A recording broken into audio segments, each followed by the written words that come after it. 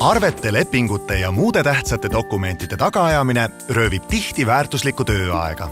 Rahvusarhiivil on mõned nõuanded, kuidas oma dokumente paremini organiseerida, et tulevikus soovimatut detektiivitööd vältida. Kaardista ettevõtte igapäevane asjaajamine ja selle käigus tekkivad dokumendid. Loo iga tegevuse jaoks kaust ja nende sisse alamkaustad dokumendiliikide ja aastate kaupa. Failide hoiustamiseks sobib ettevõtte server, kuid miks mitte proovida ka erinevaid pilvelahendusi.